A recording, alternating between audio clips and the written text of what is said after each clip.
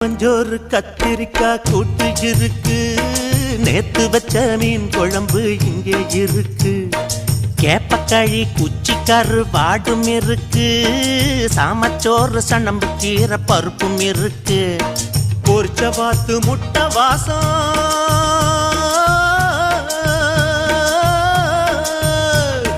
பொரிச்ச பாத்து முட்டை வாசம் பருத்தி காட்டு வரைக்கும் வீசும்.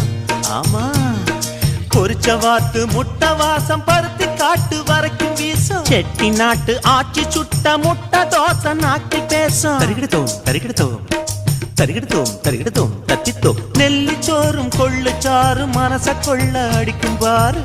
ஐயா, சோளச்சோறும் புளிச்ச மோரும் ரசிச்சு ரசிச்சு குடிச்சு பாரு.